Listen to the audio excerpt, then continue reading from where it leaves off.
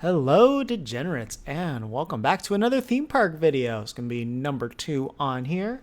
And today we're going to be taking another look at Disney. So we're not going to be talking about the current news that's going on, but I did want to provide insight to another thing that I think just didn't turn out quite as well, as you might have guessed from the title and the thumbnail. Today we're going to be talking about Star Wars Galaxy's Edge and why I don't think it personally lived up to the expectations that I personally was hoping for, and some things that could be done about it that I hope they do in the future.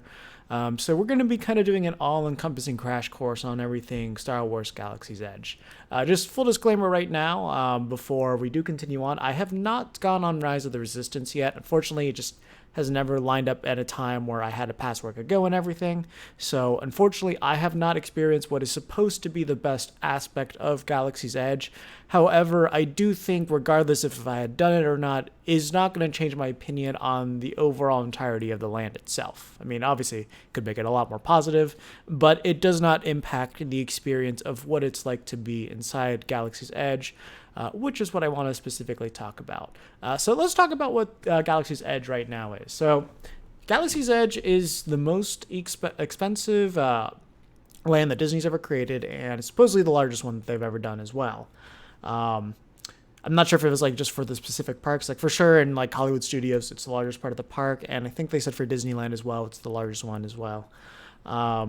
So that's kind of in a nutshell. Obviously, Disney did buy Star Wars and they wanted to fully capitalize on the property itself. So they wanted to dedicate a big land to it.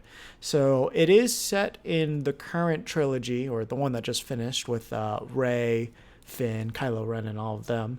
And it's kind of like an offset side story. Like basically, I don't know if there's like an exact episode it takes place between, just because Rise of the Resistance does involve, at least I know it does involve like some of the characters from the film itself. As if you do see the poster of the ride, you know, Kylo Ren's on it, pretty prominently featured for the most part too. So not exactly sure where it is in the canon. I want to say it's like somewhere between episodes 7 and 8 from the little things that I know, but not entirely sure. And then, of course, you know, you're going to see Chewie, Rey, and Kylo Ren walk around the land itself. So, you know, let's talk about the land. So I do think it's a beautiful land, just like basically everything that goes there. So, you know, kind of show it off right now. As you can see, wonderful job here. Like, you know, the first time you see the Millennium Falcon there, it really is one of the most awe-inspiring things out there. Like, if you grew up with the franchise, just seeing it in person to scale and everything is just absolutely jaw-dropping. And it's like, if you grew up with this at all, like, it's going to hit you in the feels. It hit me in the feels really, really hard when I saw it. And I honestly wasn't prepared for it when I saw it. And, you know, there's a lot of really, really nice detailed things to look around all that. So obviously, you know, this is a Smuggler's Run where you take control of the Millennium Falcon and basically go on a mission. Then over here is Docking Bay 7, which is like a restaurant kind of theme to like a whole cargo ship. There's a little marketplace as well. Also, the First Order kind of set up camp over here. Actually, we can look at this overview that they have right here. And I can kind of point out to you. So this little area over here is the First Order area. You got Oga's Cantina over here, which is the bar that everyone talks about. Really good place to go to. Over here is Docking Bay 7. Then you have Ronto Roasters, which is just kind of like a little like outdoor food stand. And then over here is like the marketplace. And then when you go beyond that, it's quote unquote the Rebel Base area, but it's basically the area where Rise of the Resistances, which is this giant show building over here. And then over here, this is the show building for Smuggler's Run. So you got 2 attractions in total. One of them's kind of like a, you know, slightly upgraded Star Tours is sort of the best way to describe Smuggler's Run. Of course, I would say it's a little bit more than that. And then the big showstopper e-ticket attraction is going to be Rise of the Resistance over here, which from everything I know about it is like easily like one of the most immersive experiences ever done. And pretty much if you talk to anybody that's ever done it, they'll always mention that it's an experience, not an attraction, but obviously there are ride elements to it as well. So something very unique. But there's a couple of things that did come with it as well. when you go inside there, they do have this app called the Disney Play app, which for the most part, it'll just give you like little activities to do while you're in Disneyland, like play little miniature games and whatnot. And when you go into Star Wars Land specifically, it turns into something called the Star Wars Galaxy Pad.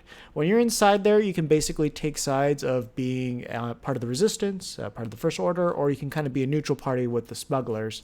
And basically what you'll do is you'll be playing all these mini games throughout it. So basically you can sign up to do like these random missions that like a bunch of like residents over at Galaxy's Edge will just, well, Black Spire Outpost is the name of the location, and they'll give you like missions to do. So like whether it's like hacking some things, finding like certain objects all around with like your camera and taking photos of it, you'll kind of unlock like a little bit of a side story going on and just kind of like uncover some more things. And if you want to directly help out one of the factions there's all these different like little terminals you can hack into, which is basically a little puzzle mini game, and they get more difficult the more and more that you do. And you'll either gain territory for the faction that you want to join, and you'll gain credits as well. And the cool thing is, at the end of the day, whichever faction is controlling the most points, that faction will get bonus credits at the end of the day as well. So they kind of give you extra incentives to do this. However, with those credits, there's not too much you can do. Basically, you have an in-game avatar, and you can just buy things for it. So it's like emblems, gear, some other things as well. I think there's like a virtual ship too, but it has no actual material at all. It's virtually useless. And you can also get credits from doing Smuggler's Run. So as long as you have the Galaxy Pad booted up and you have an account and everything, when you do Smuggler's Run, you do get a score in the form of credits. Those credits will actually transfer over to your Galaxy Pad, and they kind of just use like RFID to automatically send the info over to your phone and whatnot. So pretty cool integration there, but again, there's not too much that you can do with the credits itself. The other things that they have here are kind of two immersive shopping experiences, the best way to put it. So if we go over here, I forgot to point out, basically in this little area over here, you have Sabi's lightsaber workshop. So basically you will be able to put together a lightsaber. You choose the class, and that class of lightsaber will determine what parts you get in order to build it. And it's people describe it as like a religious ceremony. I haven't watched it yet because I might get one eventually, but never know. And then down here you have the droid depot, where basically you can build an R2 unit or a BB unit. A lot of really cool customizable parts with it, and you can actually change the way it interacts with the entire environment itself with the different personality chips that you have. I guess the last thing I should point out here is you do have like a gift shop right here, where it's kind of like I forget the name of it exactly, but it's kind of like an antique store where they have like all these like more collectible items throughout the franchise. But yeah, no, overall, some kind of neat experiences, but overall, that's really what you can do in Galaxy's Edge. There's not too much out there. Again, when you're using the Star Wars Galaxy Pad, it's kind of like just doing mini games and things to keep yourself busy there if you're waiting in line. It's not like anything out there that's actively like incentivizing you to find these things out and like really like try to uncover more. And then those two extra experiences outside the rides is you just shopping really, because like you're building a droid, or you're building a lightsaber. And the lightsaber, you have to keep it inside a bag the entire time. You cannot bring it out while you're inside Galaxy's Edge at all. They do not want you swinging that around. It's also very expensive, so you don't want to break it. But basically, you're buying a prop that you can't use. If you buy clothes that you can get there, where it's like Jedi robes or First Order equipment as well, or First Order uniforms, you can't wear those as well. They don't want you to like do any form of like cosplay / role play in here, which that really detracts from you having your own Star Wars story in here. And the restaurants, this is one thing that I will give them mad props for, is like the different foods and drinks that you get. They do feel otherworldly, but not unappetizing for the most part. The one I haven't tried is green milk yet, but I hear that one's terrible. Blue milk's just curious. Green milk you only try out of morbid curiosity. I've only had like 2 people I've talked to that have actually enjoyed green milk, but most people tend to enjoy the blue one. And yeah, in a nutshell, that's kind of what it is. It's a very pretty place to walk around. A lot of like nice details to see, and it does feel like a place that's kind of alive. But you get in and you sort of get out. And the entire land is built in a way that's not incentivizing you to stay inside. something that I can sort of show off with like that little overview picture is you just have a lot of wide pathways. And the other thing that you'll notice is most of the paths that you can do here, there's no shade and there's like no benches. Like these little curbs here are extremely low to the ground. So it's like, it's not really the most comfortable things to sit on. Pretty much the only places you could sit on is if you go inside like some of the restaurants, and like even Ronto Roasters, that doesn't have seats. The bar itself, there are booths, but for the most part, it's like 70% standing room only. Could be wrong about that, but basically only standing room. And then it's like you kind of get there, you do your rides, and you just walk out and leave. And like the reason why I find it to be like disappointing overall is it's not what they promised. Like the entirety of Star Wars Galaxy's Edge was billed as this giant immersive experience where you would get lost and have your own Star Wars story. Like I remember one of the examples they would give you is, they did talk about the Galaxy Pad very, very early on. It was supposed to be a very integral, crucial part of your experience. So basically, if you guys don't know, when you go inside Magic Kingdom, you have these things called magic bands, and basically they can get all your information out of it. Like it's synced to your Disney account and your ticket, so they know your name and everything, and they can see what rides and attractions that you've been on at that point. And if it is synced to your Disney account, if you have been playing with the Galaxy Pad, they should be able to tell what type of, what faction that you are on. And, while they do have walk around characters, there's none of them that are really giving you quests and different things to do, which was kind of one of the things that they build. Like they said, like, hey, you might have like this one alien walking around, and they'll come up to you and be like, hey, can you get this for me? And then you'll like go all around the land and like be doing all these things and live out your own adventure. But when the land itself opened, none of that was to be found. In fact, you can't find any wandering droids, and there are no wandering aliens as well. The only aliens that are in here are the animatronics that they have in specific things. So that includes the antique store, and then whatever's inside Rise of the Resistance, and then also inside Smuggler's Run as well. There's a very well done one over there. And because of that, you don't have your story there. The Galaxy Pad doesn't feel integral. Like, if anything, the Galaxy Pad just doesn't really add anything when you're there. Like, it just feels pointless instead of something that you want to take with you and fully explore the land with. Like, when you're there with the Galaxy Pad, you feel like you could be spending your time better doing something else with there. It's just going to a different part of studios, or just basically just doing anything. Like, as I mentioned, like there's no incentive reason to really do anything with it. Like, sure, you can give it to your kids and they'll get distracted for a while, but that's the most that you'd really do with it.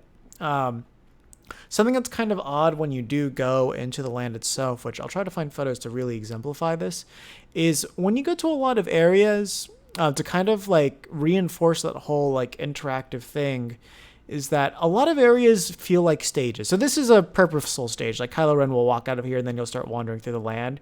And it's like, you have these catwalks here that the characters can walk on themselves, which really does make it feel like a lot more like a set. This is kind of the marketplace that they have. These are just some cast members over there. So this one kind of like is a self-serving thing. You have all your storage underneath the different booths there. So that kind of works the way it is. But let me see if I can find one of like the hangar. But again, it is a gorgeously done land. It seems like over here they added an extra stage for when they first opened. But like, for example, like one thing that they have is like they have like this whole mechanic area, which doesn't really seem like it's coming up here, where it's like it's perfectly set up for somebody to just be there to be working on these ships, but it's just kind of like an empty husk and there's like nothing there. When you go to the droid factory, they have like all these droids there, but like there's no one really attending to them there. There's even like this droid getting repaired at one part, like back over here. They might have something. No, this is actually the milk stand at Disneyland.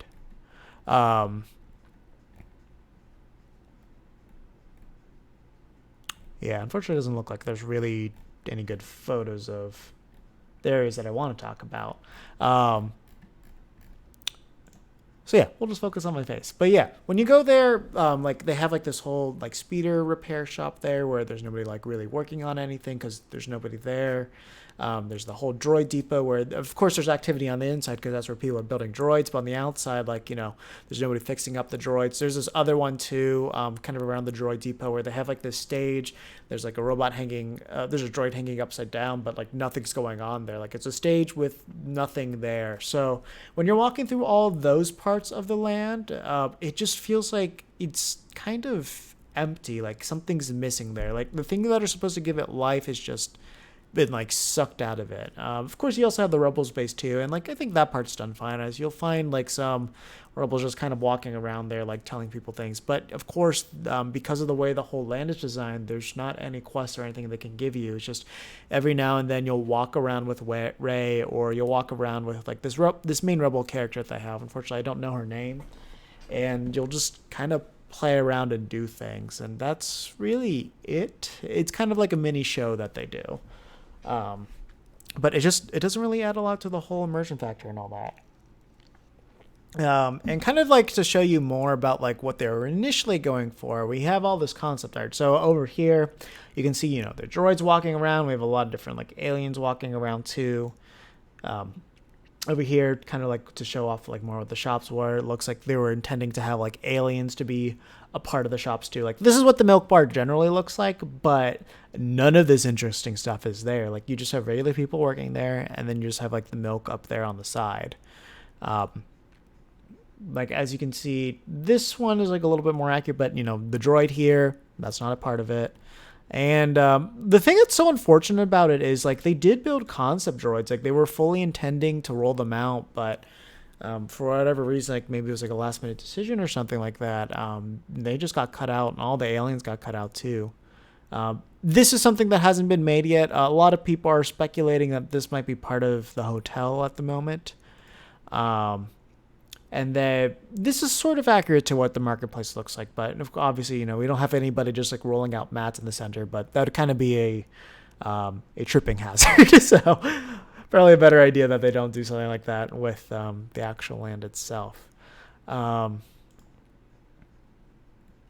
yeah, so this is kind of what I would want to see from them. There is a park out there by the name of Evermore. And what they do with that park is it is a fully immersive, like, LARPing experience. Just think about it like a live action Dungeons and Dragons. That's basically it. So they got like Hollywood level like prop designers and set designers there, and it's like a beautiful looking land. They changed the story up with the seasons, and now they just started doing something called these epics. And what happens now is based on the decisions that different people that wander, like different guests make in there, whatever ends up being the most common choices will be written into the lore of that land and will affect how the story plays out going forward from there. So that way there's an ever evolving story, and the things that you actively do in it will help shape and create it for the future. And the other thing too is like, there's guilds and things like that you can join. And with the way that Star Wars Land is built, and with the technology they have, this would be pretty easy to implement. So as I mentioned before, you already have the infrastructure of having all those sets. So you do have the areas where the characters can be, where they can talk with, and they could even repurpose some of the shops that they have currently for that. The other thing too is they already have the Galaxy app, and there are text conversations that happen between characters and all that, but you have zero impact on what happens with that. But, you could have like a real live person there, like, talking with all these different peoples that are actively giving out quests. So it's like, okay, only a certain number of people are going to be doing these things and actively influencing it too.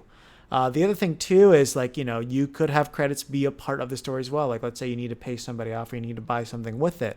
So, instead of using real money for it, you could use the credits that you use in the system to like get these like objects and then give it to them. So that way it's like, you're not really losing any real material value there. But, you could also get like, really cheap things to produce, like, whether it be like button pins or patches or just like anything to like just kind of show like, hey, I did these things and I, help get these things as well. The other thing too is like, as I mentioned, they have like guilds and all that in Evermore. So it's like some of them have like their own exclusive bars and all that stuff. give people a reason to actively do these things, like actively rank their way up. Give people like, okay, you need to hit this certain thing to like go to like an exclusive club or something like that. And it's not like they don't have concept art for cool things like that. Like one of the rumors was that they were going to have a whole full featured dinner show there.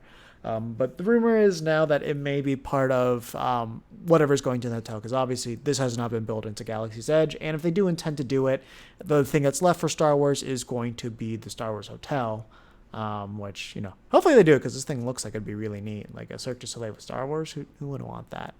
And, by having things like that, you could have a really cool story. Bring back those aliens, bring back those droids, make it feel like a more authentic Star Wars experience. So it's like, even if you didn't want to have a physical person talking to you, if you had to get like within Bluetooth range of a droid in order to like access missions and all that, or like hack different things, that'd be a really cool thing to do. You don't even have to make it a wandering droid. You can make it a wandering droid behind like barricades or something like that, which they do already have set up. As I mentioned, even at the droid depot, you have like those droids there, so you could like make some of them like at least move or something like that. And then that way, when you're there and like hacking into it or something like that, you can make it like actually do things. Because right now you just change colors from like red to blue on panels. So, not really too much interactivity there. Another thing that I think would be great too is, if they add alternating paths to things like Smuggler's Run. So if you guys haven't done it yet, it is one where you take a mission where you are fully in control of the Millennium Falcon. So it is a video game. It's a full space flying simulator. And the way they could easily do this is just give you different missions, kind of like what happens with Star Tours, where they have the multiple different planets and stuff like that. That way you could just go to multiple different planets within this one thing, give it a lot of rewritability factor versus just what it is now, where it's kind of like set in stone what your highest score can get is, and it's not too hard to get. But, having like fully coordinated teams for Smuggler's Run, I think would be really cool. Like if they like really incentivize like score attacks and having different missions, kind of like what they do with like Toy Story Mania, you could legit just have like Smuggler's Run's teams like trying to go pro with this and like trying to do like the best things they could possibly do. And that could be its own full thing. Like if you don't know, there are things like called Disney gangs out there, but I don't really know what they do besides like meet up and all that and have like their own vests and all that. But you could take that, you could have people like meet up and like actually have like full on dedicated teams for this thing. And I think that would be a really cool thing to have, kind of have like, even like attack on like a known, like Navigator's Bar or something like that. So it's like, hey, where you have all these teams, this is like where they go hang out and all that stuff too. Just kind of add more an authentic feel to it, and then just give it more of like, hey, I can play my own character here and whatnot. And like that's like really the biggest thing that like let me down from this is that people are not allowed to be their own characters, and the things that you have, it's just you always feel limited by like some invisible hand about something that they might have cut back at some point. But the good thing about it is the design intent was already made there, so it's going to be very easy to add those things back in. It's just that they have to be willing to hire the cast for it, and then, update some of the software with the Galaxy Pad itself in order to fully implement that things. Like, somebody should be able to go into this land, buy some merch, that like buy like some clothes, and like, okay, I'm going to be a pilot or I'm going to be a smuggler, and I'm going to be helping out with the resistance and all that stuff. And then, check like, like a hit board or something like that and be like, hey, we are looking for recruits to do this thing. So it's like, let's say you want to find like this one specific object on Smuggler's Run. So that way, you get pilot, you make sure you fly through the secret area and you blow something up. And then you can like take the stuff that you got on your phone and then like give it to like a physical droid or a person or something like there. And then from there, like kind of slowly uncover a plot. And as I mentioned, this is something that has been done before. Like Evermore's done it. If you want a bigger scale, even Ghost Town Alive over at Cedar Fair has done it too. And just like kind of give people just active reasons to participate in the story. Like, we do have all the stormtroopers going around, and like, what if you could be part of the resistance and like sabotage certain things? So it's like when something goes wrong, it's like, okay, stormtroopers have to respond to it or something like that. So like that way, just kind of give yourself like more immersive things, build stories around this. And I think another thing that's always going to hold it back is if you try to add like Rey, Chewie, and like Kylo Ren to the story at all times, it's always going to be locked to whatever canon's there. The good thing is the the setting itself of the Black Spire Outpost is vague enough that you could remove those characters and really make it somebody's own Star Wars experience. So that way they could have their own unique characters to this world that people could affect.